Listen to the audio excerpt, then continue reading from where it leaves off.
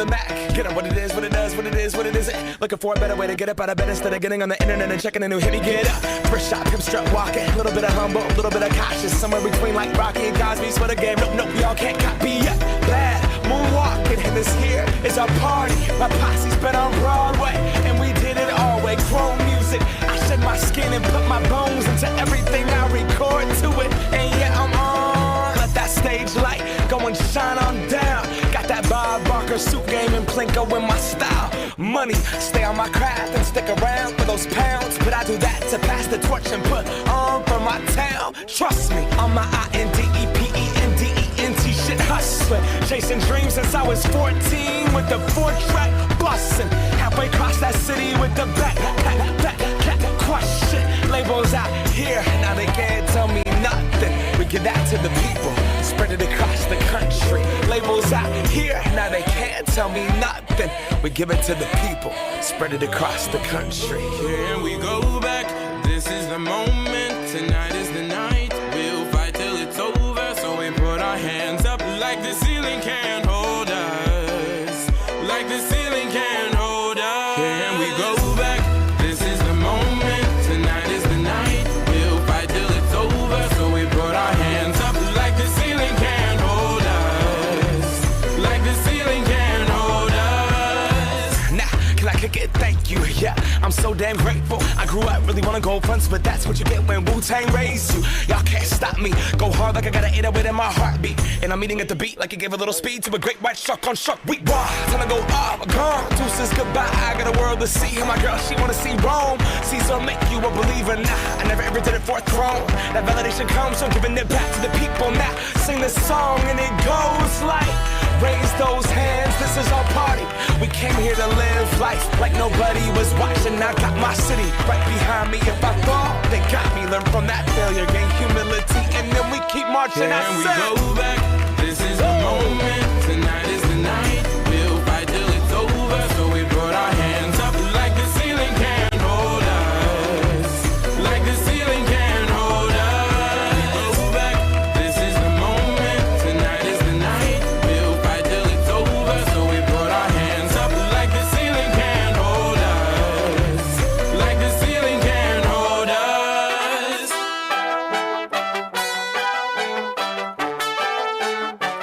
So we put our hands up.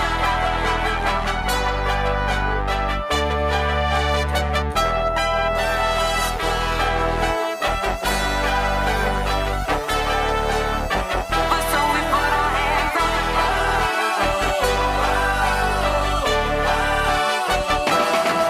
Let's go.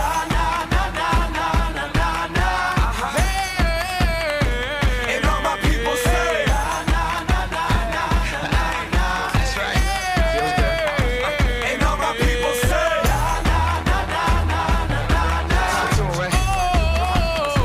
and all my people say,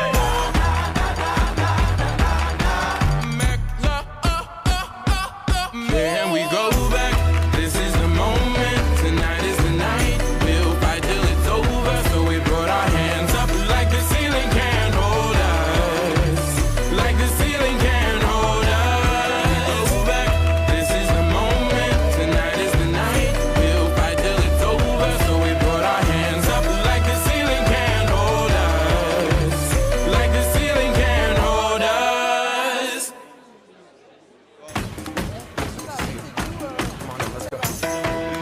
yeah. Let's go. All right, okay. All right, okay. S'il vous plaît, si vous pouvez vous asseoir pour qu'on puisse commencer. Merci.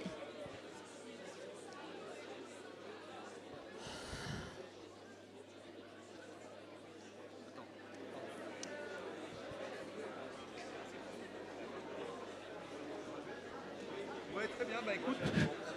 Ah oui. Bah écoute, super. Non mais c'est intéressant parce que nous on cherche des...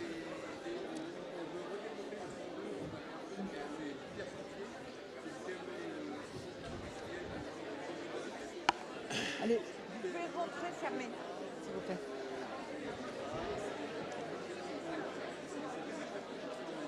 Merci beaucoup. J'espère que vous avez passé un bon moment dans les ateliers, que c'était intéressant. S'il vous plaît. S'il vous plaît, merci. Nous allons attaquer notre deuxième plénière dont le thème est performer à l'international. Quelle création de richesse pour la France. Cette plénière va durer jusqu'à 18h30 et nous enchaînerons sur une demi-heure après sur la dernière plénière de la journée pour finir à 19h. Et nous aurons le dîner qui sera en format buffet dehors sur le théâtre de verdure, vous n'allez pas le louper, hein, c'est juste là, à partir de 20h30, que vous ayez le temps de vous rafraîchir d'ici là. Je laisse de suite la parole à Olivier. Merci Olivier de lancer. Merci à toi, bonsoir à tous. Bien, alors je vous demande votre indulgence que je n'ai pas l'habitude de faire maître de cérémonie, donc je vais essayer de faire au mieux. Avant de présenter mes invités, notre première invitée, qui est Véronique Riche-Flores, sera en Teams. Et je dis ça parce que quand je vois performer à l'international, quelle création de richesse pour la France. Alors elle n'est pas là, Véronique, parce que les contrôleurs du ciel l'ont empêché de venir. Donc, en fait, les contrôleurs du ciel, eux, ne nous font pas créer de valeur. Il y a beaucoup de gens qui voyagent dans la salle et je pense qu'on en est tous à peu près conscients. Bien, donc je vais présenter mes invités. Donc je vais commencer par Véronique, donc, qui, je pense, nous entend et va arriver dans quelques instants sur ce grand écran. Donc Véronique, elle est là. Bonjour Véronique. Bonjour. Vous m'entendez, c'est bon? Oui, elle m'entend, j'espère. Oui. Okay, oui, je vous entends. Très bien. Donc Véronique est économiste, elle est conjoncturiste et spécialiste de l'économie mondiale, des politiques monétaires et des marchés de capitaux. Vous êtes aussi spécialiste des questions démographiques et des interférences entre changement de structure des populations et les régions économiques. Vous avez créé un cabinet, vous êtes fondatrice et présidente de Riche-Flores Research, qui est une société indépendante de recherche économique. Et vous avez aussi officié à l'Observatoire français des conjonctures économiques dans la banque d'investissement en tant que chef économiste à la Société Générale et là on a un point commun, et ça vous ne le saviez pas, au Crédit d'équipement des PME. Crédit d'équipement des PME qui est un des ancêtres de BPI France, voilà, où j'ai bossé d'ailleurs. Voilà, donc on est très heureux de vous accueillir. Nos autres invités, Arnaud va arriver, donc je le présenterai peut-être quand il arrivera. Alain, donc Alain qui a une carrière internationale au sein du groupe IGE-XASO, qui est un groupe qui est présent dans 22 pays et qui est un éditeur de logiciels dédié à l'opérabilité des systèmes électriques dans tous les secteurs d'activité. Hein, merci. Donc, au-delà d'un mandat de chef d'entreprise international, Alain a aussi une particularité, et non des moindres. Il préside la CCI France. Alors, la CCI France, ça regroupe 122 CCI qui sont présents dans les territoires. Et tu as donc fait un certain nombre de mandats, puisque tu as aussi été président de la Chambre de commerce et d'industrie de Toulouse-Haute-Garonne pendant 5 ans. Et après, je pense, président de la CCI Occitanie. Donc, bienvenue à toi. Jean-Mathieu, toi, tu as fondé Capital Export. Alors, Capital Export, créé en 2010. Capital Export, c'est un fonds avec une volonté de financer le développement à l'étranger des sociétés françaises. Et aujourd'hui, Capital Export gère 3 fonds pour un montant globalement de 250 millions d'euros, sauf erreur de ma part. 450, bon, c'est bien, tu as investi beaucoup plus massivement.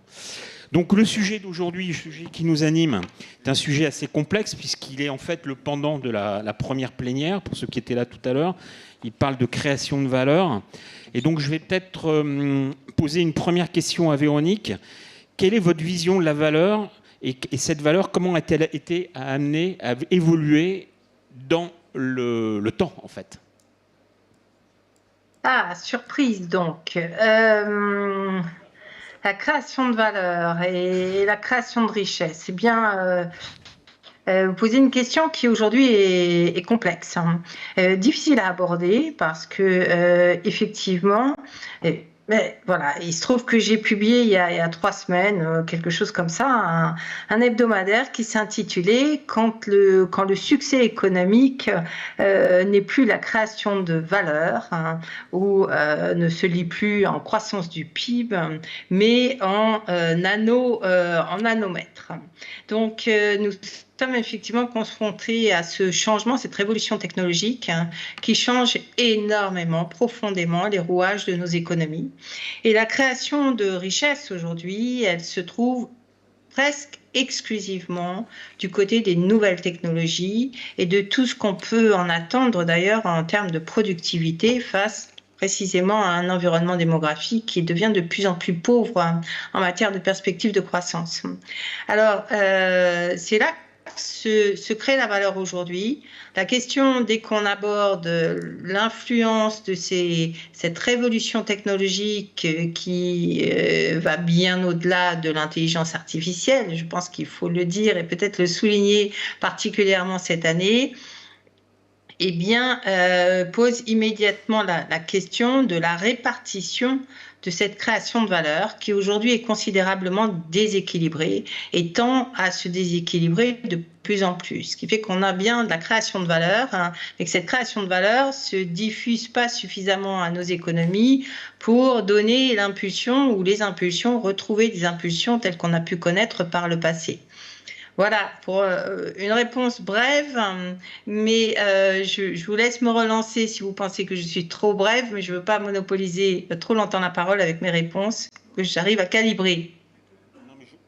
Je vous relancerai, ne vous inquiétez pas. Donc en fait, moi j'aimerais avoir aussi votre témoignage autour de la création de valeur, évidemment sur notre sujet central à tous, qui est le sujet, l'international quelque part, mais au-delà de l'international finalement, l'idée de conquête de nos entreprises vers le monde, dans le monde, pardon. Donc peut-être... Alain, oui, vas-y, je t'en prie, commence. Je peux dire un truc? Tu dis ce que tu veux, toi. Je trouve que tu es un super présentateur. Ça y est, Non, mais c'est la première fois que vous pouvez l'applaudir, s'il vous plaît, il est super fort. Bon, ça c'était acquis déjà. Bon, création de valeur. Plus généralement, peut-être, madame, pour mettre un chiffre sur ce que vous avez dit, vous savez ce qu'est le PIB de notre pays, 31%, ça vient des exportations. Donc, quand vous voyez ce que ça pèse, 31%, ça veut dire qu'il y a la création de valeur. Maintenant, si je me remets dans ce que j'ai pu faire, moi, dans mon entreprise, ben, écoutez, si je me replace, quand on est parti à l'international, nous, on est parti à l'international en 1988. Et on était trois. On était trois. Voilà. Et pourquoi est-ce qu'on est parti à l'international? Parce que quand on a compris, si vous voulez, le montant des coûts de R&D qu'on avait, d'accord, à mettre en face du marché qu'on voulait atteindre, même national, ben, ça ne suffisait pas le nombre d'entreprises françaises. Donc on n'avait pas le choix que d'aller à l'international si on n'avait pas, si on avait de faire notre produit, si on n'était pas allé à l'international. Point numéro 1. Point numéro 2, j'avais créé un produit pour les grands comptes au départ. Le premier, mon client, c'était Michelin, pour commencer. Michelin m'a dit, monsieur, c'est pas compliqué. Michelin, globalement, la majorité du business est à l'international. Soit vous m'accompagnez partout, moi et ma supply chain, soit j'arrête de travailler avec vous. Et puis après, pour revenir sur la taille de marché, je vous rappelle juste une chose. La France, c'est 3% du potentiel économique mondial. 3%. Donc il y a plus de 30 fois plus de business à faire à l'international. Et deuxièmement, si vous regardez la dynamique de croissance, c'est-à-dire le pourcentage de croissance du PIB, il est globalement entre 2 et 3 fois supérieur à l'étranger que chez nous. Donc pour toutes ces raisons, si vous voulez, je n'avais pas le choix. Et aujourd'hui, en termes de création de valeur, ce qu'il faut voir, c'est qu'aller à l'international, ça vous permet de faire autre chose. Dérisquer le business. Pourquoi? Parce que plus vous allez adresser des géographies différentes, plus vous allez bien sûr dérisquer votre business parce qu'on n'est jamais bien si on a tous nos œufs dans le même panier. Voilà. Donc création de valeur pour nous, maintenant, si je te la donne en sous, d'accord? Ou en création d'emploi, parce que c'est pareil. Hein. Donc ce que je disais tout à l'heure, j'étais interviewé, on avait un millier de personnes. Un millier de personnes sur 22 pays. Donc quand je regarde sur les équipes France, à peu près 200 personnes, le ratio qui travaillait pour l'international, c'était 66%. Donc globalement, si je n'avais pas adressé le marché international, j'aurais pas eu de people à l'international, d'accord? Et puis j'aurais dû me séparer de 66% de mes effectifs, d'accord? Pour augmenter la création de valeur. Je vous la fais différent. Donc lorsqu'on a commencé, l'action, elle valait 1 franc. Lorsque j'ai accepté l'OPA de Schneider 35 ans plus tard, c'était 250 €. Création de valeur. D'accord? Voilà, 1500 fois. Voilà, donc tout ce qu'on a fait, nous, c'est l'international. Et maintenant, je voulais simplement finir sur un élément qui est un peu la quintessence de l'international. Quand vous faites un produit, vous le faites généralement pour adresser la diversité. Si vous faites un produit pour adresser la diversité, il y a 2 conditions sine qua non. Aller dans la diversité, avoir la diversité chez vous. Autrement dit, moi, je n'avais pas que des Français, j'avais des Chinois en Chine, j'avais des Chinois en France, j'avais des Français en Chine, etc. Et donc, pour concevoir un produit, il faut des femmes et des hommes des différents pays, des différentes géographies que vous voulez adresser. Autrement, vous faites des impasses énormes.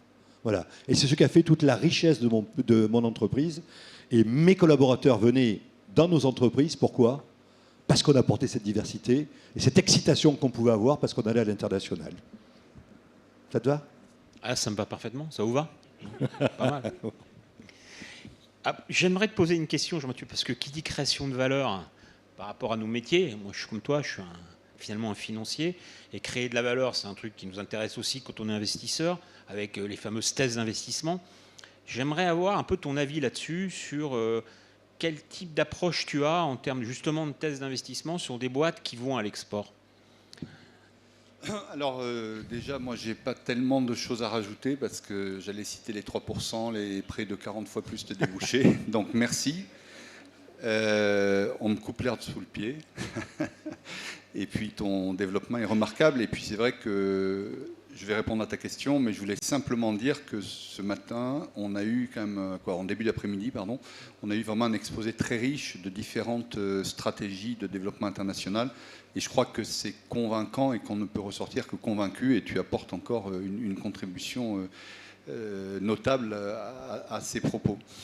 La thèse d'investissement, nous, on est plutôt orienté sur du B2B, mais là, l'idée, c'est de faire quand même un message général.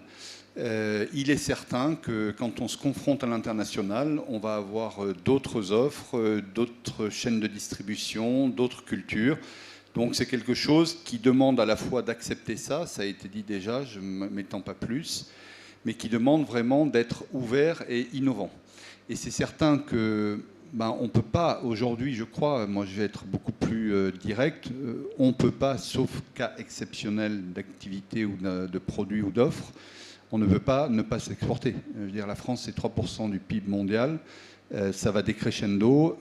Clairement, on est sur une économie qui va être flatouille pendant des années, et encore plus ces prochaines années.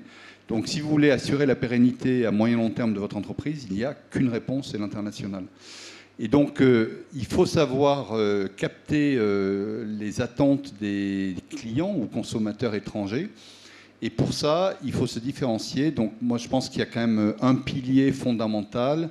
On parle souvent des 3 I, l'investissement, l'innovation et l'international. En fait, ce qui caractérise et ce qui est le début de tout, c'est l'innovation et la différenciation. Donc voilà ce que l'on va accompagner comme thèse. On le retrouve dans tout type de secteur. Nous, on est sur des entreprises de taille petite, agiles, qui justement ont des savoir-faire distinctifs. Et on pourra en reparler. Moi, je pense qu'il y a 1 ou 2 sujets en termes de freins qu'on voit chez ces dirigeants qu'on côtoie. Et puis, on pourra aussi parler de l'axe des croissances externes des acquisitions, qui, je pense, est un point important aujourd'hui. Moi, j'aimerais rebondir sur quelque chose que j'ai entendu ce matin. C'était un mot derrière quelque chose auquel je réfléchis pas mal. Et je voulais avoir ton avis, Véronique. On a parlé ce matin de commerce intra-bloc. Je voulais avoir l'avis de l'économiste autour de, finalement, d'une ouverture qui est en train de se diminuer entre les blocs, et donc d'un commerce qui est un peu en train de revenir un peu dans des zones géographiques qui sont moins le monde, si je puis dire. Je ne sais pas si ça, c'est quelque chose qu'on entend. Alors, ça, on l'entend pourquoi, grâce à peut-être à M. Trump, à des phénomènes de crise, à des pays qui sont aussi d'une surpuissance totale. Je pense notamment à la Chine en ce moment. Mais cette idée de commerce intra-bloc, est-ce que là-dessus, tu peux nous en dire 2-3 mots ? Alors, la réalité de la régionalisation du commerce, re-régionalisation, elle est déjà constatée. Elle a commencé à apparaître même avant l'arrivée de Donald Trump. Alors, n'oublions pas qu'on a quand même eu un premier mandat de Donald Trump qui avait semé quelques éléments de sa stratégie. Et effectivement, on est probablement dans un mouvement de concentration et donc commerce intra-bloc, concentration. Alors, sachant que les blocs ne sont pas forcément forcément ce qu'on avait imaginé il y a quelques années. En général, on travaillait de manière verticale. Il y avait le bloc américain, Amérique du Nord, Amérique du Sud, l'Europe et au-delà peut-être d'ailleurs une partie du Maghreb ou un peu plus à l'est. Et puis l'Asie. Ce qu'on voit aujourd'hui, c'est un commerce intra-bloc qui commence à prendre, à être très sud-sud. Le sud global, c'est pas seulement un concept, ça commence à devenir une réalité qui est bien évidemment très alimentée par la stratégie chinoise, notamment pour faire contre-pied à la puissance américaine. Mais effectivement, on commence à rentrer dans une logique intra-bloc. Maintenant, si je peux me permettre un petit droit de réponse, parce que je vois bien que je vous ai déçu avec ma première intervention. Moi, j'ai répondu en tant qu'économiste. La création de valeur pour un économiste, c'est la productivité. D'accord.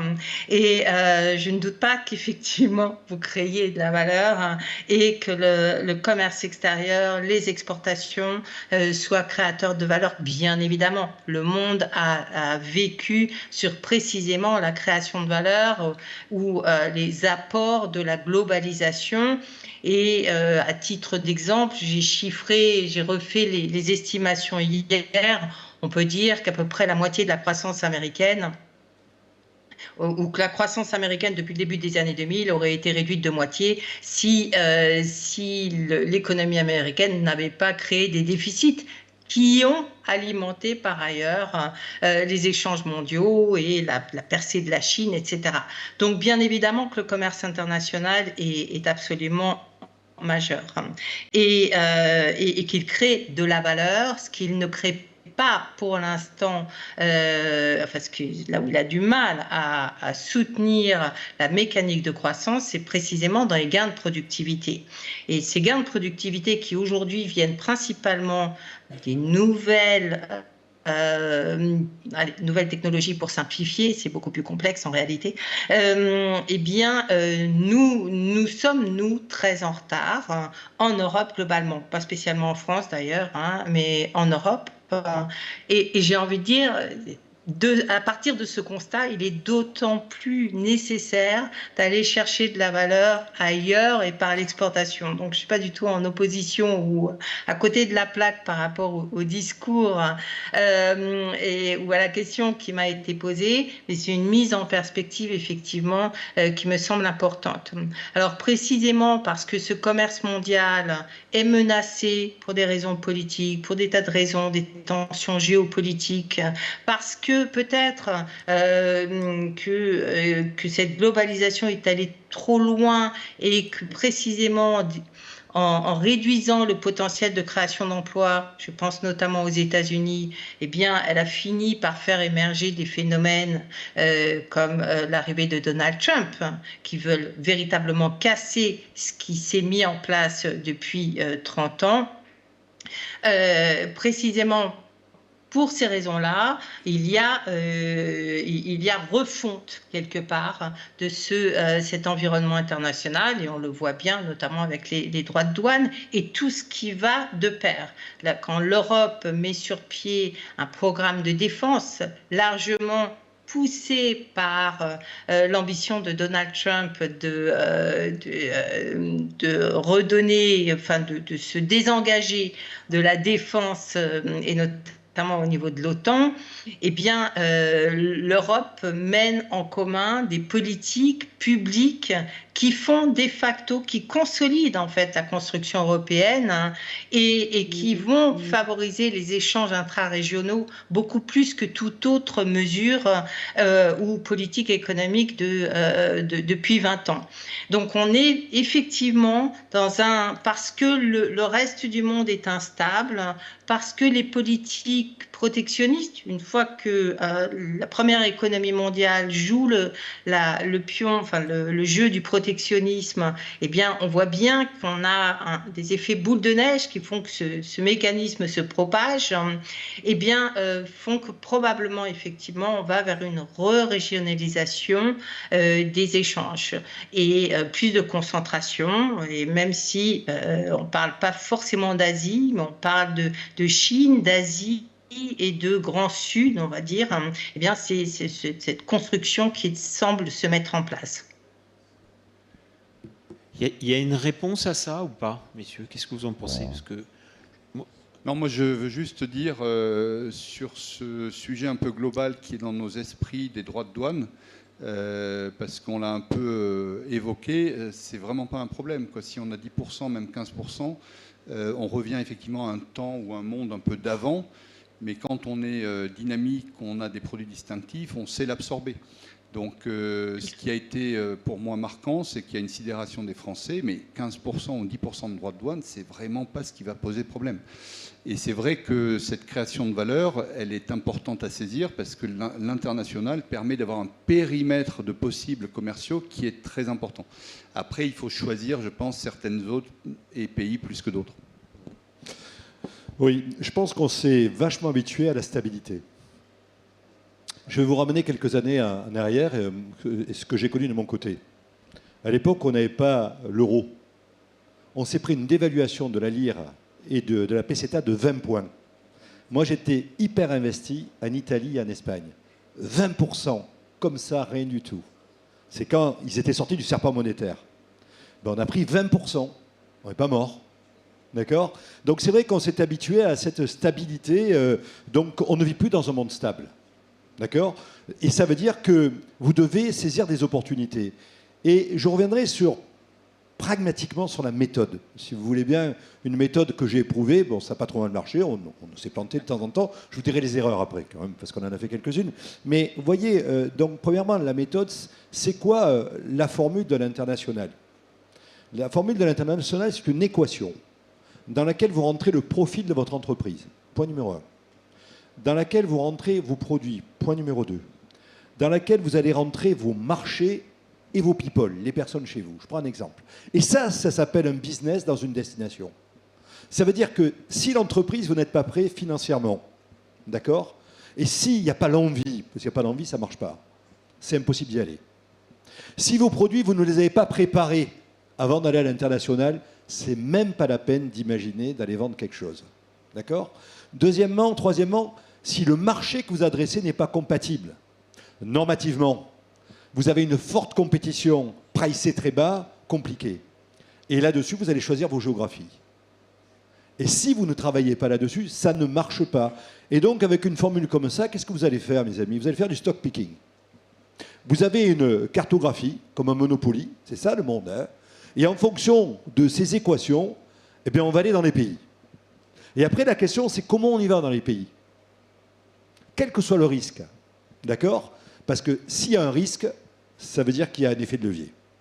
D'accord? Bon, ben comment on y va? Moi, je peux vous dire comment on avait fait pour adresser des marchés complexes, qui peuvent être les États-Unis aujourd'hui. Ben, premièrement, on se prépare.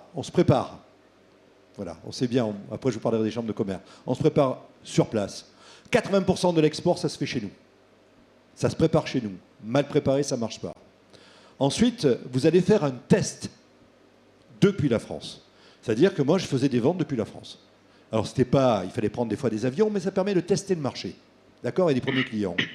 Et en fonction, si vous voulez, du taux de réponse du marché, à ce moment-là, on disait, ben, est-ce que je passe par un réseau de distribution ou est-ce que j'y vais en direct? Et quand j'allais en direct, comment on fait, les amis? Ben, soit je passe par une agence, soit je crée une filiale, soit je fais une acquisition. Et donc, si vous voulez, ces deux équations dont je vous parle, ben, c'est ce qui a guidé toute ma dynamique à l'international. Et je suis allé en Chine quand personne ne voulait aller. On a fait des effets de levier extraordinaires. Donc c'est pour ça que je ne voudrais pas qu'on se recroqueville sur nous sous prétexte qu'il y a des droits de douane, sous prétexte qu'il y a des contraintes, sous prétexte qu'il y a un gars qui s'appelle Trump qui est un peu versatile. Regardez votre business, regardez si votre produit est prêt, et en fonction de ça, de votre capacité à assurer un risque, ou de vous faire assurer, d'ailleurs je vois mes amis de BPI, n'hésitez pas à vous faire assurer par BPI, et donc vous allez adresser un marché. J'ai pas grand-chose à rajouter parce que c'est exactement ce que je pense. En plus, dans la salle, tu as des, entre guillemets, des préparateurs, si je puis le dire comme ça, hein, de l'export. C'est le métier de bon nombre d'entre vous. Et c'est effectivement une conviction que je partage totalement. La création de valeur, on parlait de création de richesse, on parle aussi d'environnements qui sont un peu chahutés. Moi, il y a une notion sur laquelle j'aimerais bien vous entendre tous les trois, qui est aussi un truc que BPI France défend, en tout cas mon équipe en termes au niveau de l'export, c'est ce qu'on appelle la co-industrialisation. Et c'est une idée qui est ressortie aussi ce matin au cours de la première table ronde, où cette idée qui consiste à dire on peut aussi faire de l'export en s'implantant dans les pays concernés et en créant finalement des flux dans les deux sens, autour notamment de l'industrie. Parce qu'en fait, quand je parle de co-industrialisation, je parle aussi d'industrie. Et j'ai aussi, avec toute mon équipe, l'intime conviction, l'industrie est complètement en retard, et que là aussi, il faut qu'on arrive à créer des ponts. Donc peut-être que ça peut être aussi une piste de création de valeur dans ces nouveaux, entre guillemets, environnements, ou dans des environnements qui ne sont pas encore assez explorés. Je ne sais pas ce que vous en pensez. Véronique, pardon. Je vois. Elle ne m'a pas entendu. Vous voyez. Ah, non, je suis là, vous ne m'entendez plus? Si, c'est bon. Je crois que ça marche. Oui, j'ai un peu le sentiment qu'on complexifie énormément les choses. Et finalement, toute entreprise nouvelle, petite taille, nouvellement créée ou ancienne, a de toute façon pour objectif de croître. Si j'ouvre, je ne sais pas moi, un concept de chaussures, allez, je suis dans la région parisienne, il est bien évident que je ne vais pas me contenter ou avoir comme objectif de me limiter à la région parisienne, que d'abord je vais adresser la France forcément, et que si je raconte que j'ai un super projet pour vendre mes chaussures dans la région parisienne, on me regardera, la chaussure n'est pas forcément le bon exemple, mais peu importe, ça marche sur tout, on me regardera quand même étrangement, et forcément déjà il faudrait que j'adresse le marché français, et puis le marché français, c'est l'Europe, hein. Et donc avant d'aller parler de co-industrialisation, de Chine, des États-Unis ou autres, n'oublions pas que nous avons en Europe autour de nous, c'est-à-dire sans frontières, des marchés accessibles. Alors certes, on n'y parle pas tous la même langue, mais enfin, il y a un potentiel d'accroissement de la demande qui est considérable, des habitudes de consommation qui sont également très proches, si on parle du marché de la consommation, et des besoins d'ailleurs industriels qui sont également assez proches. Donc, je trouve qu'on oublie trop souvent de dire faire de l'export, c'est pas forcément aller traverser la moitié de la planète pour tenter une expérience périlleuse. C'est d'abord certainement s'implanter sur les marchés locaux, et notre marché local en Europe est considérable. Et alors là, on peut effectivement créer des synergies très facilement, d'autant que nous avons des équivalents de BPI France dans d'autres pays, et que ceci peut également aider considérablement les entreprises à performer dans des marchés relativement bien connus. Parce qu'il y a une nouvelle dimension effectivement qui peut être entre en ligne de compte et qui peut être compliquée pour certaines entreprises, c'est celle de la réglementation. Dans la mouvance qui est la mouvance actuelle, effectivement, finalement, une forme déguisée de protectionnisme sous forme de réglementation, qui peut imposer des processus de production différents, des normes différentes. Chaque pays est coutumier de ce genre de manipulation pour se protéger, finalement. Donc ça justifie, bien évidemment, qu'il y ait des implantations à l'étranger, mais là, on n'est pas, il n'y a pas que le marché chinois, et je trouve que l'Europe, du point de vue économique, est beaucoup sous l'influence allemande d'ailleurs, n'avait Dieu que pour le marché chinois. Le marché chinois, effectivement, est forcément un très grand marché, plein d'avenir. Quand on observe le niveau de consommation moyen en Chine, on est très très bas, beaucoup plus bas que ne l'est le produit intérieur brut par habitant, et on sait bien qu'il y a un rattrapage qui va se faire. Néanmoins, vous allez dans les pays limitrophes de la zone euro, et même dans certains pays de la zone euro, il y a également une ascension considérable des niveaux de vie qui est encore à venir et qui est très accessible pour la plupart des entreprises. J'arrête là parce que sinon... On vous arrêterait plus. Messieurs, vous avez une idée aussi sur ce qui vient d'être un peu évoqué? Donc je vous laisse... Alors, moi, je veux bien parler de la tu appelais ça co-industrialisation, c'est Oui, ça? la co-industrialisation. Alors, ouais. après, je voulais répondre à Véronique. Véronique, c'est pas fromage ou dessert, c'est fromage et dessert. Je veux dire, faire de l'Europe, ça n'empêche pas de faire de l'Asie, faire des États-Unis. Moi, encore une fois, je vous ai expliqué, c'est une capacité que vous avez de votre côté en termes de capacité à investir des pays. Et je crois qu'il est intéressant de travailler zone euro, bien sûr. Je rappelle que c'est plus de 50% du business de la France à l'international se fait en zone euro. Et donc, je crois qu'il faut faire les deux, à la fois de la proximité, du moyen large et du grand large, en fonction, encore une fois, de la capacité de vos produits, de vos envies, de vos capacités financières et de vos people. C'est ça qui est important, parce que n'oubliez pas que la première barrière, elle est très culturelle à l'international. Encore une fois, moi, je peux revenir sur ce que tu disais, sur ce que j'ai vécu. Moi, je vendais des logiciels, enfin, je faisais des logiciels et je voulais les vendre à l'étranger. Ben, écoutez, si je ne fais pas le service de proximité, personne ne l'achète. Donc, ce n'est pas possible. Deuxièmement, j'avais un marché, si vous voulez, qui était un marché qui n'était pas le marché de Microsoft, donc beaucoup plus petit. Pas un marché de niche, mais juste un petit peu plus. Et donc, pour un distributeur, avoir une exclusivité sur mon produit, ce n'était pas rentable. Donc, la seule possibilité d'adresser le marché à l'étranger, c'était, premièrement, d'y aller en direct, c'était de l'investissement, d'accord, et de servir mes clients. Autrement, on ne le faisait pas, d'accord. Donc, ça m'a amené, si tu veux, à faire de la co-industrialisation. Ça veut dire, c'est pour ça qu'on s'est implanté dans 22 pays dans le monde avec 30 filiales. Pas parce qu'on voulait cramer de l'argent, pas parce qu'on voulait de la complexité, parce qu'autrement, on ne faisait pas. Et le deuxième sujet, si vous voulez, après réflexion que nous avons eue, c'est que quand vous êtes implanté dans un pays et que vous vendez, il faut penser à produire aussi. Pourquoi? Parce que là, vous allez rééquilibrer le risque.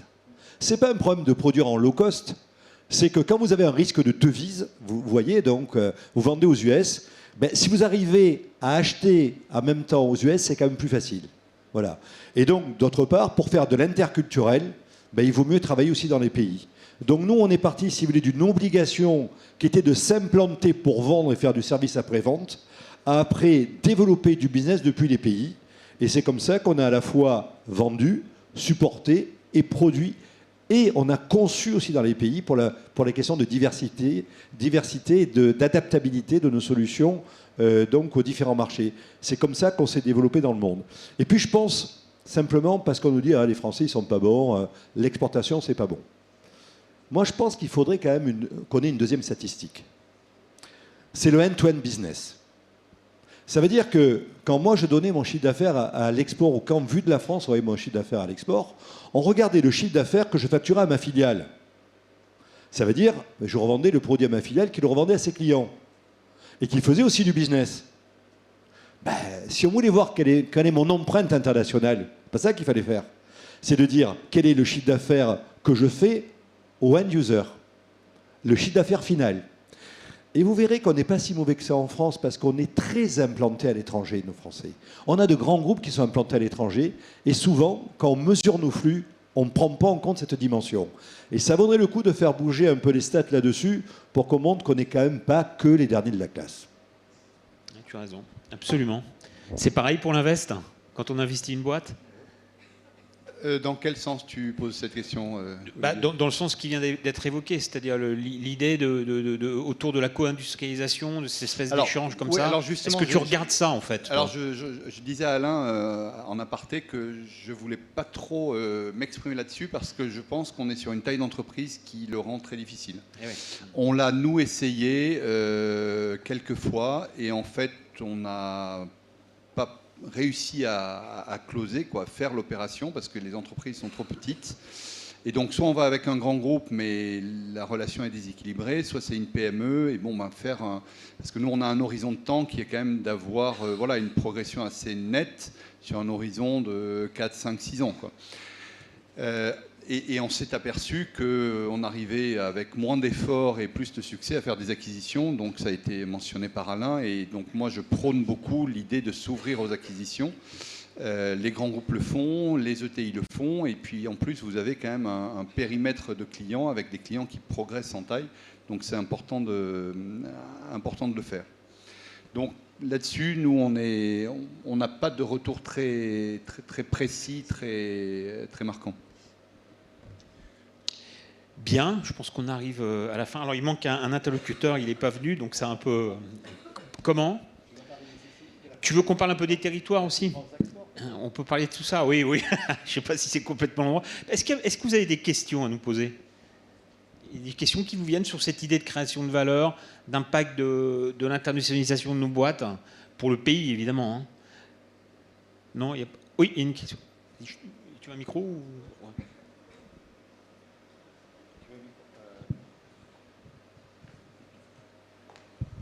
Merci beaucoup, Géraldine Lamblay, MEDEF International. J'ai une question. Parmi nos membres, parmi les plus éminents d'ailleurs, un certain nombre nous disent souvent que s'ils n'étaient pas à l'international, ils ne poursuivraient pas en France. Que l'international, ça finance l'entreprise, ça finance la R&D, et ça leur permet de poursuivre les activités en France. Je voulais savoir si c'était le cas pour vos entreprises. Alors, moi, j'ai l'avantage d'avoir un panel de 25 PME, et puis j'ai investi dans beaucoup d'autres encore avant de lancer le fonds. Et Alain témoignera, d'ailleurs, je crois qu'il l'a dit un peu entre les lignes. Pas à ce niveau-là. Moi, effectivement, j'ai changé depuis une petite année, et je considère que oui, on ne peut plus rester en France.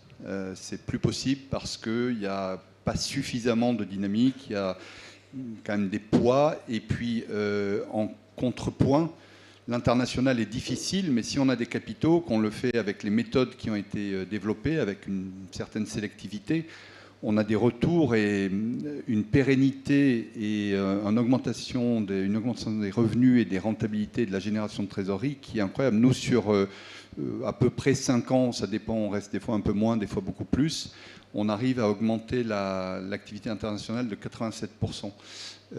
Bon, ben voilà, tout est dit. Et d'une certaine manière, on ne l'a pas non plus dit, mais je pense qu'il y a des pays qui se prêtent aussi à ça. Et clairement, voilà, je pense aujourd'hui, moi ce que je dirais, c'est que c'est plus une option, c'est un impératif, c'est critique, c'est vital, parce que le marché français, il est petit, il se réduit comparativement, il va y avoir des lourdeurs et la conjoncture va être quand même, je pense, pendant plusieurs années difficiles. Donc oui, moi j'en suis presque à dire ce que tu dis, quoi. Non, moi je suis d'accord, je l'ai déjà dit, je pense qu'il faut faire le diagnostic de l'entreprise, de son empreinte territoriale optimale ou régionale. Je suis un boulanger, donc je suis un boulanger de territoire, je ne parle pas d'une grande chaîne de boulangerie, etc. Donc là-dessus, je suis sur ma territorialité, ça se passe bien. Je suis IGE-UXAO, ce que j'étais, avec des coûts de R&D, je mettais chaque année 25% de mon chiffre d'affaires en R&D. Si je n'ai pas de chiffre d'affaires, je ne sais pas faire. Hein, parce qu'il me fallait une dimension critique pour faire mes softwares. Autrement, je ne pouvais pas les industrialiser, je ne pouvais pas les développer. Je m'appelle Schneider, puisque j'ai vendu à Schneider, que je connais bien. Schneider, la France, c'est 5% du business mondial.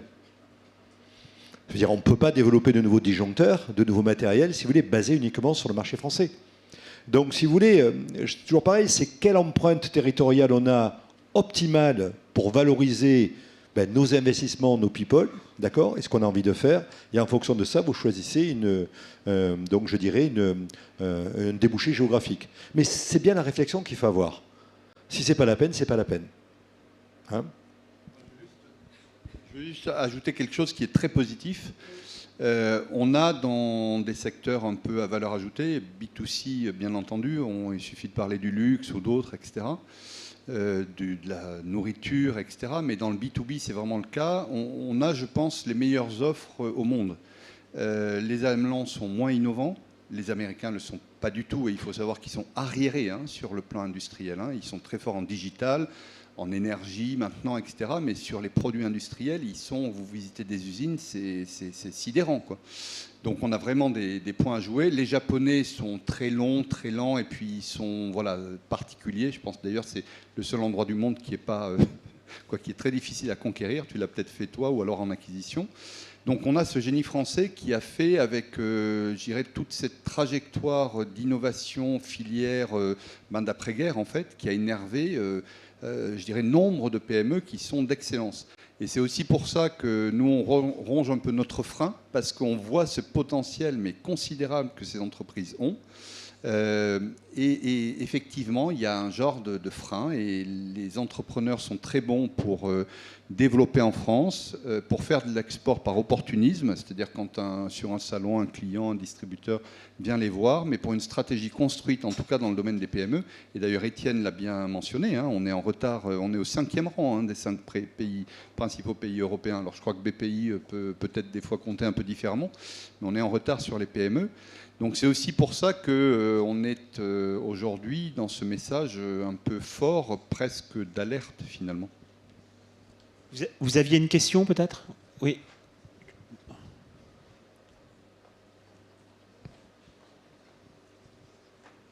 C'est plus un commentaire et peut-être une question. Tout d'abord, merci à Véronique. C'est un langage plus économique d'une économiste, donc mais très intéressant d'avoir ces deux types de discours, d'économistes et des hommes d'affaires. Et donc, c'est parfois un peu à l'opposé. Donc, nous, quand on fait du conseil en développement international, en stratégie notamment, on accepte des entreprises qui ne veulent pas aller à l'international parce qu'il existe des business models qui fonctionnent toujours dans un pays et dans le seul pays. Il existe des stratégies qui sont axées sur uniquement l'Europe, qui marchent très bien, ou uniquement Asie, qui fonctionnent très bien, ou sont multirégionales, qui fonctionnent aussi très bien. Donc finalement, on va les garder plutôt à la performance. Est-ce que le business fonctionne? Est-ce qu'on a la bonne marge? Est-ce qu'on est assez protégé de la concurrence? Ainsi de suite. Donc on va les garder performance, pérennité. Donc, et tout peut marcher parce que finalement, il faut répondre à la question quelle est la stratégie de la société? Et donc tout fonctionne. Et je voulais juste donner un exemple d'une société que j'accompagne dernièrement sur l'Afrique, qui se pose la question vers quel pays il faut que j'aille en Afrique. Et on allait garder, par exemple, le marché numéro 1 en Afrique, c'était pour son segment d'activité, c'était l'Afrique du Sud. Et quand on regarde, est-ce que les Français exportent pour sa gamme en Afrique du Sud? Ben non, pas du tout. Alors que le monde, si on regarde tous les exportateurs du monde, tous les pays exportateurs du monde, exportent vers l'Afrique du Sud plus d'1 milliard d'euros. Mais qu'est-ce que ça veut dire pour ce Français? Ça veut dire qu'il n'y a pas de potentiel? Pas du tout. Donc cette approche de les garder régional par régional, il ne s'applique pas à une société. La société doit savoir quelle est sa stratégie et pour ce exportateur particulier, ça va être dur. Parce qu'il va lutter contre toutes les habitudes des Français de ne pas aller sur des marchés où ils ne connaissent pas. Mais moi, je dirais que je vais plutôt être en opposition avec ça. J'ai effectivement eu... on a fait l'erreur parce qu'on commençait à connaître l'international aussi avec nos amis, nos partenaires, etc. au début du lancement du fonds. La première erreur qu'on a faite, c'est on s'est dit, tiens, on va aller dans les marchés où ça croît le plus. C'est une erreur complètement... C'est une erreur absolue puisqu'en fait, on se fiche de la croissance nominale du pays. Ce qu'il faut, c'est de voir le potentiel. Je préfère un pays à la limite comme l'Allemagne qui a peut-être 2-3% de croissance moyenne ou même moins, mais qui a un potentiel qui va être 1,30, 1,7 fois selon les industries la France, que d'aller, disons, admettons en Afrique du Sud, typiquement, qui est un diviseur du marché français qui lui-même est déjà petit. Ça, c'est un premier point. Donc moi, je pense que l'effort à mener, tout compris, hein, financier, people, temps, produits, adaptation, etc., il est même des fois plus fort dans des plus petits pays que dans des grands pays développés. Donc nous, l'erreur qu'on a faite, ça a été ça. Après, on s'est dit, bon, on va sélectionner des pays, et en fait, il faut aller plutôt dans des grands pays. Après, Alain l'a bien dit, mais c'est vrai qu'on ne peut pas tout résumer rapidement. Il y a quand même 3 zones qui sont majeures, qui sont la zone liée à la Chine en termes de potentiel, la zone liée à l'euro et la zone liée au dollar. Pourquoi? Parce que c'est des monnaies qui, sur 20 ans, varient le moins. On est dans un tunnel de 20%, ce qui est déjà pas mal. Mais si on prend le rand sud-africain, donc ça aussi, quand on investit, et ça a été dit, et bien entendu, on plaide pour l'implantation, vous faites ça pour 10-15 ans, le temps d'exprimer une part de marché que vous répliquez dans un pays étranger, ce que vous avez fait en France, il faut quand même considérer que le lien de ces 3 grandes monnaies mondiales et une protection importante à moyen long terme. Alors, je prends la balle au bon, parce que Arnaud a réussi à nous joindre. Arnaud, en quelques secondes, tu es donc cofondateur et PDG de SOS International, qui est le leader mondial en matière de services de santé et sécurité. Tu es présent dans 90 pays, 14 000 collaborateurs. Tu as présidé, je parle au passé maintenant, les CCIFI, et tu es vice-président du METI. J'ai une question, parce qu'on a parlé de valeur, hein, de l'apport de l'international dans la valeur, même au niveau de la France. Toi, qu'est-ce qui apporte le plus de valeur finalement dans l'idée d'exporter, d'aller à l'international? Merci et désolé d'avoir été en retard, mais les transports sont compliqués. C'est de réutiliser une capacité, un outil de travail, et donc donner une économie d'échelle plus importante à une expertise et un système, un business model qui est en place. J'ai écouté, parce que j'ai écouté le débat qui était très intéressant. Je partage beaucoup d'idées qui ont été citées, mais je trouve que dans l'export, il y a peut-être un élément que je voudrais rajouter, c'est les hommes. Quand on part à l'étranger, ce qui est très très compliqué, c'est d'arriver à trouver les bons. Parce que, ça a été mentionné, culturellement, les marchés sont complètement différents, les réflexes ne sont pas les mêmes. Et donc il y a à la fois apprendre à s'adapter culturellement. Et nous, sur International SOS, j'en suis d'autant plus au courant qu'au tout début, le business model, on s'était trompé. On avait copié un business model français sur SOS Médecins et qu'on avait implanté à Singapour et en Indonésie et qui a été un désastre parce qu'en Asie, comme aux États-Unis ou comme dans les pays anglo-saxons, vous n'appelez pas un médecin pour aller chez vous. Quand vous êtes malade, même très malade, vous vous traînez vers une salle d'urgence d'un hôpital. Donc on avait monté un système absolument magnifique et qui ne marchait pas parce que culturellement, on n'avait pas compris la différence. Bon, on a su s'adapter, mais enfin, ça aurait pu être la fin du business avant même qu'il démarre. Donc l'adéquation, pour créer cette économie au scale, il faut arriver à vendre. Pour arriver à vendre, il faut réussir cette adéquation culturelle, donc comprendre le potentiel du marché. Je suis tout à fait d'accord, ce qui compte c'est le potentiel du marché, pas le taux de croissance du pays, mais le potentiel du marché d'une part, son aspect, comment aborde-t-on ce marché, et en particulier dans les services où l'aspect interpersonnel est encore plus fort. Nous, on vend des services. Et puis, enfin, trouver les hommes donc, qui sont capables d'intervenir. Et c'est là où je trouve qu'il faut passer le plus de temps. Parce que, par définition, quand on part dans un nouveau marché, on part avec une petite équipe, parfois avec une seule personne, parfois une équipe. Mais en tout cas, c'est modeste en termes de moyens au début. Et évidemment, si les individus ne sont pas les bons, rien ne se passe. Et donc là, passer du temps à la sélection, essayer de trouver des locaux, mais ce n'est pas si simple que ça.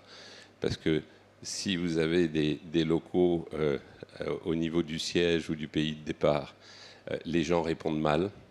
Et en fait, le gros sujet, c'est l'adéquation entre les demandes qui sont répercutées par les prospects et les clients de votre équipe qui est à l'export et la réponse de ceux qui sont en France.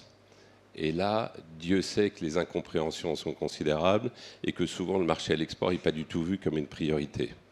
Donc, idéalement, c'est d'avoir quelqu'un à soi qui connaît la culture d'entreprise, qui sait qui sont les individus, comment communiquer avec eux. Et soit il est en direct, soit il a pris un agent, soit il monte une filiale ou une joint venture, comme le disait Alain un peu plus tôt. Mais ce relais et la qualité de l'individu est, à mon avis, dans le succès final, presque aussi important que la qualité du produit. On va conclure là-dessus, hein, je crois. Ah non, tu veux dire quelque chose? Vas-y. Non, mais parce que simplement, peut-être revenir 2 secondes, si vous voulez, sur les trucs où on s'est planté. C'est toujours rigolo de regarder où est-ce que nous, on s'est planté.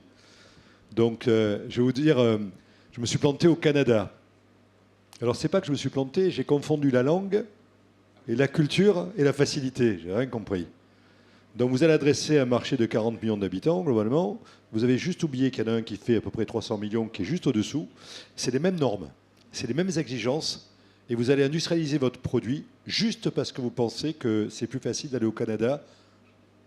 Pas bon profitablement. Là-dessus, je me suis planté. Autre chose, je me suis planté. Alors là, je vous le dis, c'est pas que c'est pas bien le Canada, mais en termes de scalabilité, j'avais tous les emmerdements, j'ai pas les revenus. D'accord ? Ensuite, là où je me suis dit, tu vas super réussir. Tu parles italien couramment, tu as une culture italienne, tu vas aller en Italie. Il s'avère que l'Italie, c'est un pays de sous-traitance, et donc dont les donneurs d'ordre sont allemands, et mes premiers concurrents sont en Allemagne. Pam, sur le museau, ça a été un peu compliqué. On s'en est sorti. Espagne, même chose. La boîte était implantée à Toulouse. L'Espagne était à côté, mais c'est pas si facile.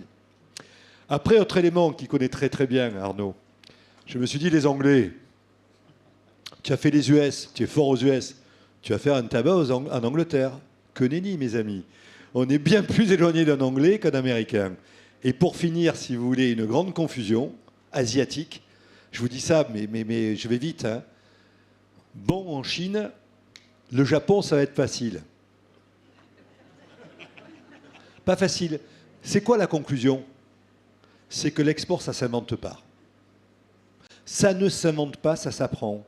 Et donc le message que je fais passer, parce qu'on est une équipe là à travailler ensemble, mais vous l'êtes aussi, passez le message, faites-vous accompagner, vous éviterez beaucoup d'erreurs. Moi j'ai appris en faisant des bêtises et après je me suis fait accompagner. Mais voilà, donc j'en ai fait quelques-unes, je veux vous dire que ça n'a pas toujours été rose, mais ça a été une super aventure. Merci beaucoup, ce sera la conclusion.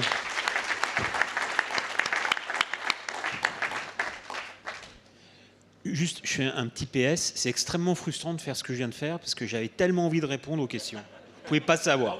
C'est terrible.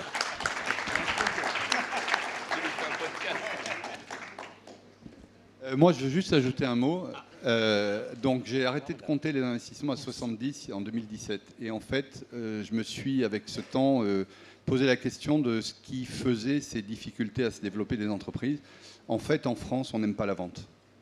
Et si vous êtes voilà, une jeune fille et que vous présentez un garçon qui fait de la vente, au lieu d'être ingénieur ou docteur ou médecin, et c'est vrai que c'est saisissant, et moi je suis vraiment absolument admiratif des anglo-saxons, de cet esprit d'ailleurs que les Allemands ont un peu pris, où presque ils sont à vendre avant de concevoir et de produire. Donc c'est extrême, mais foncièrement il y a un vrai problème de vente dans notre pays. Donc il faut vraiment le combattre. Merci à tous. Merci Véronique Riche-Flores d'avoir été parmi nous malgré... voilà, mais ça a fonctionné. Merci beaucoup de votre témoignage. Merci à tous. Et je laisse maintenant la parole à Alain et Alexandre. Merci beaucoup Anne. Et bonsoir à tous. C'est la dernière demi-heure, donc rassurez-vous, on va essayer de ne pas déborder pour ne pas prendre sur le temps de convivialité qui va suivre. On voulait juste, avec Alexandre de Total Energy, vous présenter les conclusions provisoires de quelques travaux que l'on mène depuis maintenant de longs mois sur le thème de la comparaison des écosystèmes, comme on dit, de soutien à l'export dans les principaux pays européens, puisque cette université d'été est placée sur le thème de la performance. Il nous a paru intéressant de voir aussi quelle était la performance des différents écosystèmes et surtout quelle était la performance au service des entreprises. Et donc c'est pour ça que nous avons lancé ces travaux. C'est une initiative de Total Energy et je remercie vraiment devant tout le monde Alexandre qui a participé de manière extrêmement active depuis le début à ces travaux, ainsi que Isabelle Patrier, qui n'est pas parmi nous aujourd'hui, mais qui est la directrice de la direction France de Total Energy et qui a été très participante également. Et puis l'autre participant, donc je fais un petit peu de pub quand même, c'est la fabrique de l'exportation, qui est un think tank qui a été lancé il y a une douzaine d'années ou 13 ans maintenant par notre ami Étienne, et qui est le seul think tank français dédié aux questions de commerce international. Le seul think tank français dédié aux questions de commerce international. Des think tanks, en France, il y en a des centaines. Ils sont tous d'ailleurs à côté à Aix aujourd'hui aux rencontres économiques sur les questions de commerce international qui sont aujourd'hui devenues des questions de premier plan. Il n'y en a qu'un, c'est nous. Et donc, je vous encourage, pour ceux qui ne seraient pas déjà encore membres ou participants à ce think tank, de venir nous rejoindre. Merci. Et donc, Alexandre va d'abord vous présenter un petit peu les objectifs et les participants à cette initiative. Ah oui, il faut faire avancer, il faut le... Voilà. C'est magnifique. Voilà. Parfait. Voilà. Il y a un Pavlov. Bon, Donc, merci. Alexandre. Merci Alain pour cette introduction élogieuse aussi pour Total Energy. Hein. Rapidement, pourquoi on a participé activement à ces différents travaux au sein du cercle de réflexion. Et je vous présenterai un peu tous les membres, à la fois institutionnels, économiques, académiques et associatifs qui sont membres de ce cercle de réflexion. Total Energy, en termes d'internationalisation, l'international est au cœur de notre métier et de notre ADN. Donc c'est normal qu'on accompagne les différentes entreprises, PME, start-up, TPE, pour les aider à se développer à l'international. Donc si je passe sur le slide suivant, si j'arrive. Voilà. Alors rapidement pour rappeler la démarche. Donc le point à noter, c'est surtout une démarche collective et constructive qui a été lancée en septembre dernier. Donc c'est assez récent, sur lequel on a pu déboucher sur la base des missions d'accompagnement à l'export, sur tout ce qui est financement, assurance, crédit, export, ce qui ont été les premiers axes de réflexion. Comme mentionné, il y a d'autres travaux complémentaires qui sont prévus sur le comportement collectif et aussi sur le volet RH, qui seront abordés par le cercle à compter de septembre. Donc on a fait une analyse comparative vis-à-vis de nos voisins donc européens. On retrouve donc l'Allemagne, la Belgique, l'Italie, l'Espagne et le Royaume-Uni. C'est sur cette base-là qu'on va vous présenter un peu un état des lieux qu'on a identifié sur des faits saillants qui seront présentés donc ensuite par Alain. Alors, si on retrace un petit peu la genèse du cercle de réflexion, à rappeler que nous avons donc dans ce cercle, alors bien sûr c'est pas exhaustif, ça regroupe un ensemble d'acteurs qui sont présents ce soir d'ailleurs, oui, institutionnels, ici, oui. voilà, de la Team France Export, de privés au sein des institutions aussi ou entreprises privées comme l'OSCI, enfin bon, tous les acteurs qu'on retrouve ici, mais aussi associatifs et aussi au niveau académique. Donc Alain, je te laisse la parole. Alors, juste un mot de constat. Bon, il n'y a pas beaucoup de graphiques, c'est le seul graphique que vous aurez. C'est la part des exportations de biens de chaque pays par rapport à son PIB. Sur une longue période, comme le voir sur plus de 20 ans. Et c'est le seul graphique, mais il est intéressant, parce que qu'est-ce qu'il montre? La ligne jaune, c'est l'Allemagne. L'Allemagne, ils ne boxent pas dans la même catégorie que les autres, d'une certaine manière. Ils sont vraiment en Champions League, et les autres pays, c'est plus difficile. Et quand on regarde les autres pays, on voit que la France, c'est la ligne bleue, et donc on voit que l'Italie est passée au-dessus de la France depuis quelques années maintenant, et que l'Espagne aussi est au-dessus. Encore une fois, c'est le terme exportation de biens par rapport au PIB de chaque pays. On peut se rassurer en regardant effectivement la ligne du Royaume-Uni. Heureusement, nos amis anglais font plus mal que nous. Donc c'est une consolation, mais il est bien évident qu'on voit que là, il y a une... Alors évidemment, c'est uniquement les biens, on ne parle pas des services, on en reparlera après. Si on rajoutait les services, le paysage serait essentiellement différent, mais je pense que c'est important d'avoir cet élément-là. Alors ensuite, on a fait donc un certain nombre de constats pendant toute cette étude qui a été menée pendant de longs mois, et 4 conclusions générales. La première, c'est que quand on regarde l'organisation des écosystèmes dans les 5 pays en question, finalement, on retrouve à peu près toujours les mêmes acteurs, les mêmes typologies d'acteurs. Mais, deuxième point, leur rôle et le positionnement de ces acteurs est extrêmement variable, extrêmement différent suivant les pays. Troisième point, les moyens d'action de ces acteurs sont aussi assez différents. Et enfin, Il y a aussi des fortes différences qu'on peut appeler culturelles, entre guillemets, c'est-à-dire de comportement par rapport à l'export, formation, RH, etc. Alors, si on regarde les acteurs, d'abord en termes d'accompagnement à l'export, des organismes d'accompagnement à l'export, on voit que finalement, chacun de ces pays a des agences publiques d'accompagnement à l'export. En France, c'est Business France. En Allemagne, c'est GTAI. Donc nous aurons d'ailleurs Marcus qui est là, aura l'occasion demain de nous parler de GTAI. Il y a ICE en Italie, ISEX en Espagne. Il y a une seule exception, encore une fois, c'est nos amis britanniques, puisque eux, ils avaient une agence séparée, mais ils l'ont nationalisée en quelque sorte. Donc ils l'ont maintenant, ça fait partie du ministère globalement. C'est la seule exception. Et puis en France, il y a quelques particularités, comme notamment les conseillers du commerce extérieur et les VIE. En matière de financement, et là je pense que Olivier Vincent connaît bien le sujet, là aussi, notamment pour la partie, ce qu'on appelle les financements export, on retrouve à peu près, même pratiquement, de manière totale, les mêmes acteurs.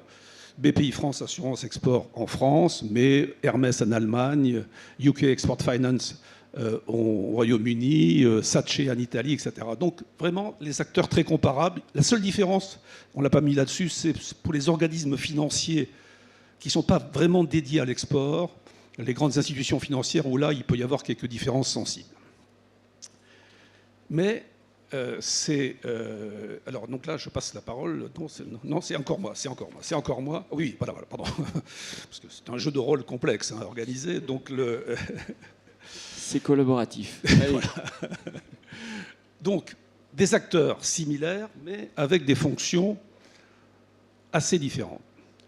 Le système allemand, par exemple, encore une fois, Marcus nous en parlera plus demain, se caractérise par la place extrêmement importante des chambres de commerce à l'intérieur du territoire comme à l'extérieur, avec un lien étroit entre les deux. Et GTAI, qui est l'organisme public d'accompagnement, se concentre surtout sur l'information générale sur les marchés et sur l'attractivité. Mais il n'a pas ce rôle d'accompagnement aussi développé que par exemple Business France. En Italie, ce qu'on constate, c'est qu'il y a beaucoup d'acteurs, il y a un foisonnement d'acteurs au niveau national, au niveau provincial, au niveau professionnel, beaucoup d'activités, beaucoup d'acteurs. Mais un système efficace. Le foisonnement n'est pas contradictoire avec l'efficacité. Au Royaume-Uni, encore une fois, un cas très particulier, puisque là, c'est un système ultra centralisé. Tout dépend, grosso modo, directement du ministère. C'est un peu ce qui était la situation en France il y a je dirais, 30 ans. Hein. En Belgique, particularité, il y a 3 opérateurs, type Business France. Il y en a un pour la Wallonie, un pour la Flandre et un pour la région Bruxelles. Bon, voilà. Et en Espagne, on est une organisation à peu près comparable à celle de la France. Et puis, en matière de financement et d'assurance crédit, là aussi, les mêmes acteurs, on l'a dit, des prestations qui sont très, très comparables dans tous ces pays, mais une différence quand même, nous a-t-il semblé, dans la manière plus ou moins offensive dont ces instruments financiers sont utilisés. Et il nous a semblé que, notamment en Italie et en Espagne, et en Belgique aussi, il y avait une volonté de faire plus avec les mêmes moyens. Merci Alain. Donc le troisième volet qui était les moyens d'action qui sont différents, alors essentiellement notamment en raison de la diversité de l'écosystème. Alors même si la donnée, l'information n'est pas très accessible ou facile à comparer, il y a quelques points à noter qu'on a pu remonter sur différents pays. Donc pour l'Allemagne, essentiellement un soutien financier public pour les chambres de commerce, avec une vraie cohérence entre le tissu national et à l'étranger, au niveau fédéral et en région. On retrouve ensuite un peloton d'Italie, l'Espagne et la Belgique avec vraiment des moyens d'intervention vraiment financés et sensibles, essentiellement sur les salons et la création d'implantations à l'international. Et puis le Royaume-Uni qui, dernièrement, a mis en place un plan de renforcement de la politique au soutien aux entreprises qui a été annoncé au mois d'avril dernier. Ensuite, si on fait un focus plus sur les moyens, d'autres moyens, sur la dimension numérique. Donc là, vraiment, on avance au niveau de l'Italie et du Royaume-Uni. On constate que dans la plupart des pays, il y a une vraie gratuité de l'accès des PME, TPE aux prestations des agences publiques d'accompagnement. Alors en Italie et surtout en Espagne, un vrai lobbying plus intense auprès des fonds de l'Union européenne, qui favorisent donc évidemment leur présence aussi sur les différents salons, étant financés par ces fonds européens. Et en termes de crédit export, une démarche plus offensive chez nos voisins, donc en Italie, Belgique, Espagne, surtout sur la rapidité de décision et sur les règles de la part nationale. Si on avance un peu sur le dernier volet, qui en fait sont les différences culturelles très marquées. Alors, de quoi parle-t-on en termes de différences culturelles? Étant donné que l'écosystème export est assez différent suivant les pays, on parle de centralisation pour certains, d'habitude de collaboration ou de rivalité entre acteurs, des systèmes académiques différents, de formation professionnelle, une importance de développement export différent. Donc ce qu'on a identifié, c'est un vrai volet ressources humaines qui est important de dédier aux collaborateurs de développement international via, comme en Italie, la création de fonctions de temporary manager qui permet donc de favoriser via des subventions d'améliorer la performance des entreprises. Il y a un volet de formation générale. On est vraiment en retard sur ce sujet en France par rapport à nos principaux partenaires, à la fois sur les métiers du commerce national, sur l'enseignement de l'anglais. Alors on redit tout le temps, mais c'est une vraie problématique. Et puis sur la formation continue, donc plus professionnelle, sur lequel il y a un vrai renforcement à ce sujet au niveau des talents, au niveau de l'industrie et différents secteurs à fort potentiel à ce sujet, ou dans le numérique. Et un effort fait plus particulièrement sur la marque nationale. Donc on retrouve Made in Germany ou Made in Italy ou Britain is great. Si on part de ces constats, on a donc établi une liste, on va dire une liste d'actions d'amélioration, je redis bien, sur ces volets de missions d'accompagnement autour du financement, autour de l'assurance export, mais assurance crédit, on a aussi intégré dans ces recommandations, ces pistes d'amélioration, des pistes qu'on considère qui seront à travailler, et c'est fait partie des actions qui sont prévues dans le cadre de ce cercle de réflexion. Donc un point aussi important, c'est ces recommandations ou ces axes d'amélioration ne sont pas exhaustifs et ils ne sont évidemment pas classés par ordre de priorisation.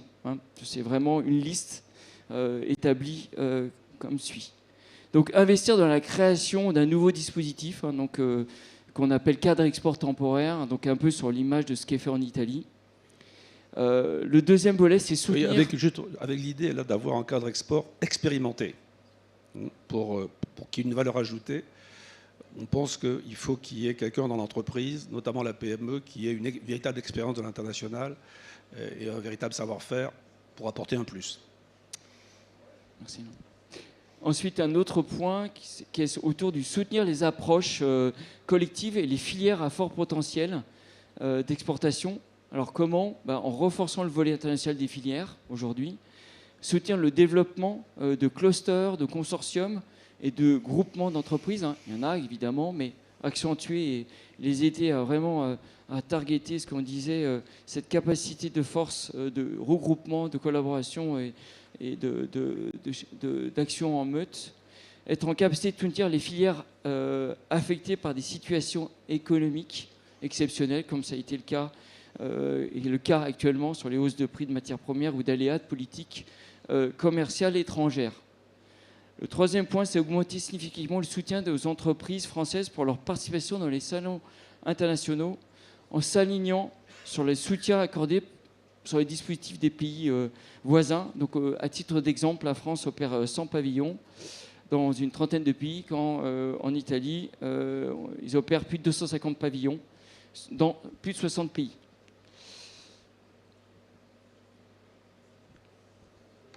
L'autre point, c'est mettre l'accent sur la digitalisation. Alors, renforcer et aussi donc développer plus le e-export. Alors comment les accompagner? Alors en les accompagnant sur la conception de stratégies digitales à l'export, internationaliser des sites web marchands et vitrines des entreprises, optimiser la partie référencement naturel et payant, hein, donc pour multilingue, et avoir une vraie démarche, démarrage de vente en ligne via des places de marché B2B, B2C. L'autre point, c'est exploiter le potentiel, on en parlait, des implantations françaises à l'étranger. Petit rappel, il y a plus de près de 50 000 filiales françaises à l'étranger en 2019, à comparer à 30 000 pour l'Allemagne et moins de 7 000, ne parlons pas de l'Italie. Donc ça, c'est une vraie capacité de force. Et donc l'idée, c'est de renforcer cette efficacité, à la fois en coordonnant ces écosystèmes à l'étranger, de filiales françaises, mais aussi d'entreprises de Français à l'étranger, les CCI, les CCFI, et puis donc avoir cette approche de filière à l'étranger. Et puis le dernier point qui sera développé par le cercle de réflexion en septembre, c'est vraiment développer les compétences à l'export en investissant davantage dans la formation initiale et de continu pour les métiers de l'international.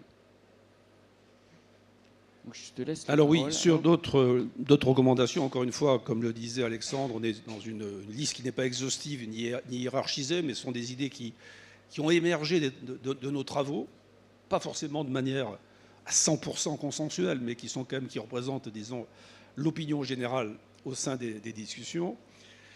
Alors, d'abord, renforcer l'efficacité de la Team France Export. La Team France Export, vous savez ce que c'est? C'est le fait que les acteurs publics de l'accompagnement à l'export travaillent ensemble. Je pense que la mise en place de Team France Export, il y a 7 ou 8 ans maintenant, a constitué un véritable progrès très important par rapport à ce qu'on pouvait connaître par le passé. Et je pense que certains d'entre nous ici dans la salle ont connu la situation passée et peuvent dire que c'est beaucoup mieux. Est-on pour autant allé au bout du geste? Est-ce que tout est parfait? Est-ce que la lisibilité du système, la complémentarité est parfaitement assumée? Les avis sont partagés, mais on peut toujours faire mieux et qu'on pourrait probablement faire mieux en la matière. Il y a un autre sujet sur lequel aussi tout le monde est d'accord, mais je pense qu'on pourrait faire mieux dans la pratique, c'est la complémentarité entre cette Team France Export public, les acteurs publics pour simplifier, et les acteurs privés de l'accompagnement. Les chambres de commerce à l'étranger, les sociétés de l'OSCI, les divers acteurs dans tout ce domaine. Là aussi, les discours politiques sont toujours merveilleusement optimistes. Il n'y a pas de problème et tout va bien et on s'aime, on est tous ensemble, on travaille. Bon, le fait est de constater quand même que là aussi, il y a certainement des améliorations à apporter dans la pratique parce que ce n'est pas forcément ce qu'on vit sur le terrain. Et puis essayer de mettre en place un guichet unique digital aussi, ça permettrait de simplifier la vie des PME. Justement, sur les PME, qui sont évidemment, comme on l'a dit encore en début de réunion, qui sont le point faible de l'export chez nous, puisque c'est là qu'il y a comparé à nos concurrents européens, c'est là où il y a la moins forte présence des entreprises. Il faut réfléchir peut-être, c'est délicat dans le contexte actuel, notamment budgétaire, mais il faut réfléchir aux modalités d'accès à l'accompagnement public, notamment par Business France, puisque la plupart de ces prestations sont payantes. C'est une politique qui a été mise en place depuis de longues années. Force est de constater que ça n'est pas le cas je parle sous le contrôle de notre ami Olivier, ça n'est pas le cas chez la plupart de nos concurrents. Donc c'est une question. Et puis il y a effectivement l'aspect qui a déjà été évoqué, mais qui nous paraît très important, de l'accompagnement des entreprises sur les salons, à l'export, à l'international, d'une manière générale. Il nous semble que c'est un des leviers les plus efficaces à court terme. Et là, incontestablement, nous, les efforts que l'on fait sont moins importants que certains de nos concurrents, notamment l'Italie, comme ça a été mentionné, et l'Espagne également. Enfin, dernier groupe, vous voyez, on a terminé, donc on aura peut-être même 2 minutes pour des questions d'autres. Dernier élément, c'est les outils de financement à l'export. les outils de financement, donc ce qu'on appelle les crédits export, etc., toutes ces modalités de financement, notamment gérées par BPI France et d'autres acteurs. Ce qu'on peut dire, c'est que là, tous les outils existent et ils sont extrêmement sophistiqués, ils ont été développés depuis des années et des années. Ce qu'il faut avant tout, c'est être d'accord politiquement pour les utiliser de manière plus offensive et non pas de manière réactive. Ah, le concurrent a fait 1 an de crédit de plus, donc moi je vais m'aligner. Mais non, il faut aussi parfois prendre l'initiative de ça. Et ça, culturellement, c'est un peu difficile. Et il y a un certain nombre de contraintes de ce point de vue-là dans certaines administrations. Donc on pourrait s'inspirer mieux aussi des exemples allemands et italiens sur la meilleure combinaison entre la politique industrielle et la politique commerciale. C'est un domaine sur lequel on n'est pas extrêmement bon. On pourrait assouplir ce qu'on appelle le contenu national, c'est-à-dire les règles en matière de crédit export sur la part qui doit être absolument produite localement. En France, pour pouvoir bénéficier d'un crédit, on voit que les autres pays ont des règles plus souples en la matière. Il faut se poser la question. Également, on peut s'inspirer sur un certain nombre de mesures de nos amis allemands en matière d'assurance crédit court terme. Donc voilà, un petit peu pêle-mêle ces diverses propositions. Donc nous sommes en train de finaliser un document qui a été travaillé par tous les acteurs, qui fait une 30aine de pages, un beau document relié. Voilà, vous voyez, il n'est pas encore complètement finalisé, on va encore faire quelques ajustements. On doit être à la version 18, donc on peut faire la version 19, il n'y a pas de problème. Ensuite, quand on sera tous d'accord, évidemment, on diffusera ce document aux autorités, à toutes les parties prenantes, pour essayer de faire avancer un petit peu la réflexion et surtout l'action dans ce domaine qui nous paraît important. Merci pour votre attention. Merci à vous. Alors, s'il y a une ou deux questions, s'il y a 2 ou 3 questions, oui. Oui, Nicolas.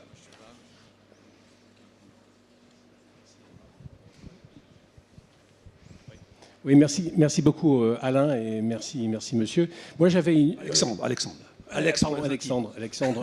Non, enfin, moi j'avais envie un peu de rebondir sur ce qu'on a entendu avec vous deux dans le séminaire précédent et avec l'intervention d'Antienne tout à l'heure. Bon, pour exporter, il faut avoir des choses à vendre. Bon. Il faut avoir des produits voilà, et des services. Oui. Voilà, exactement. Et on a une excellente offre française. Vous l'avez rappelé, enfin, vous avez fait une comparaison entre les pays de l'Europe et on est quasiment aux mêmes normes. On a d'excellents outils. Et malgré tout, beaucoup d'entreprises se relocalisent à l'étranger pour réimporter en France. Donc, est-ce que vous pensez que c'est une bonne chose, cette politique de relocalisation d'industrie en France? Est-ce que ça fait du sens ou pas? Et 2, comment on peut éviter que les entreprises françaises se délocalisent à l'étranger pour réimporter leurs produits en France? Voilà, merci. Est-ce que les Business France travaillent dessus? Est-ce que les outils France travaillent dessus, etc. Merci. Je pense, enfin là, je m'aventure sur un terrain que je ne maîtrise pas complètement, parce mais je pense que il y a une politique qui a été mise en place, dite de réindustrialisation. Il est évident qu'on part de très bas. Aujourd'hui, l'industrie représente moins de 10% du PIB en France, moins de 10%. C'était 20% il y a 20 ans, donc on voit le déclin, alors qu'elle elle a un peu baissé, mais elle est restée beaucoup plus élevée dans un pays comme l'Allemagne et dans un pays comme l'Italie. Donc ça, c'est le facteur de fond. De toute manière, pour exporter, il faut avoir des produits à exporter. Et donc le renforcement de la base industrielle est absolument essentiel. Les délocalisations, moi je n'y vois pas d'obstacle de fond, ça dépend un peu des délocalisations que l'on fait. De toute façon, on l'a dit, il faut s'implanter à l'étranger très souvent pour des raisons commerciales, pour des raisons de proximité, pour des raisons aussi de production locale, de la proximité du marché, etc. Donc je pense qu'il ne faut pas du tout avoir une vision je dirais générale du sujet, il faut voir au cas par cas.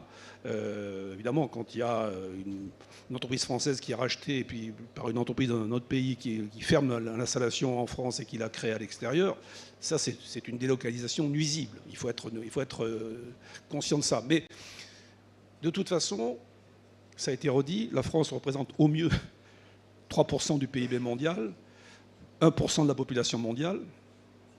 Ce sont des chiffres. On ne peut pas imaginer de produire sur notre sol tous les produits qui sont disponibles, qui peuvent être disponibles sur le marché. C'est absolument impossible. Donc l'important, c'est d'être fort dans un certain nombre de secteurs, de développer ces secteurs au maximum et d'être compétitif. C'est ça l'important. Alex. Moi, je rebondirais sur ce qui a été dit précédemment. Le fait d'avoir la possibilité de créer de l'emploi grâce à notre positionnement à l'étranger. Je ne vais pas prendre l'exemple de Total Energy, mais ce n'est pas le cas uniquement de Total Energy. Ça crée indirectement de la valeur en permettant de créer de l'emploi. Ce qui est important aussi, c'est cette création de valeur et d'ancrage dans nos régions, et créer et accompagner les entreprises, à la fois internationales pour créer leurs filiales et pour générer finalement de l'emploi en France. Une dernière question, s'il y en a, à moins que tout le monde soit... Oui. Ah, Géraldine. Dernière question. Oui, bonjour. Alors, c'est pas une question, c'est simplement pour réagir à votre question à vous. Dans MEDEF International, il y a MEDEF. Donc, je ne prends pas la casquette MEDEF parce que je ne suis pas en droit de le faire. Mais néanmoins, ce que l'on constate, vu de notre fenêtre, sur la question de la réindustrialisation de la France, c'est un sujet effectivement très national. Ça ne fonctionne pas. D'accord ? On a un problème de compétitivité, c'est pas nouveau, tout le monde le sait, on en parle tous les jours dans la presse. Choose France, c'est très joli, mais c'est beaucoup de com. On attire des investisseurs français qui ne sont pas forcément là pour créer de l'emploi. Donc c'est un sujet sur lequel nous on a un énorme doute. En revanche, et c'est pour ça que je posais la question tout à l'heure, c'est qu'on a une excellence française. On parlait du génie français, c'est vrai, elle existe. Et cette excellence française, elle continue à se développer grâce au développement international des entreprises. C'est grâce aux parts de marché que nous arrivons à conquérir avec nos combien 40-50 000 filiales à l'étranger, c'est absolument énorme, qu'on permet aux entreprises, et notamment aux grands groupes, mais pas que, à nos ETI qui sont extrêmement innovantes, de continuer la R&D en France. Donc ce qui se passe en réalité, c'est qu'on innove en France, on recherche en France, mais le bénéfice se fait à l'étranger.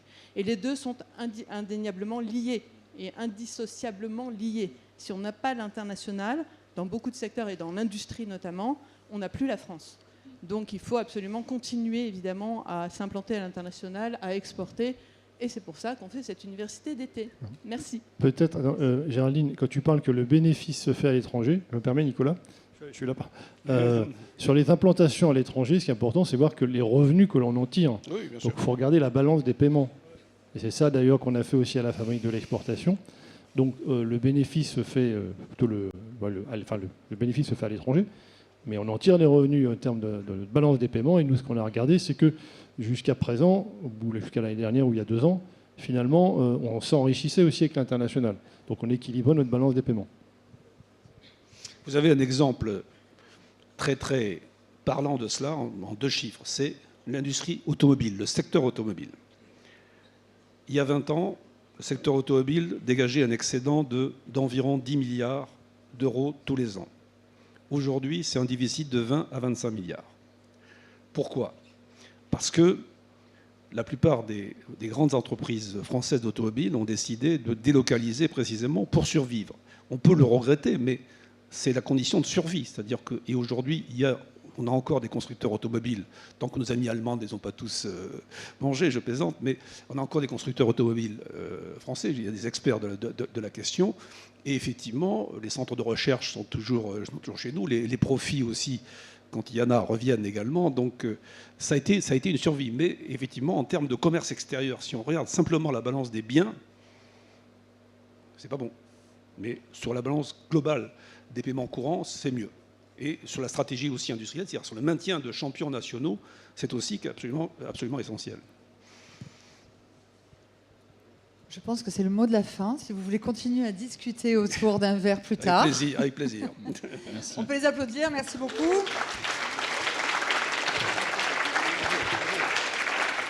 Donc merci à tous. Comme je vous disais tout à l'heure, la soirée, c'est à partir de 20h30 sur le théâtre de Verdure là-bas.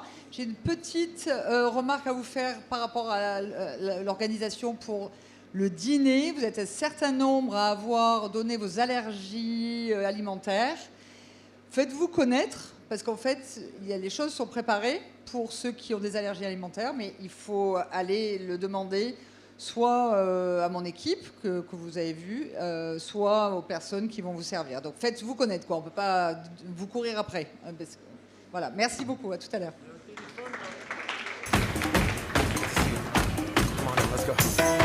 Yeah! Let's go!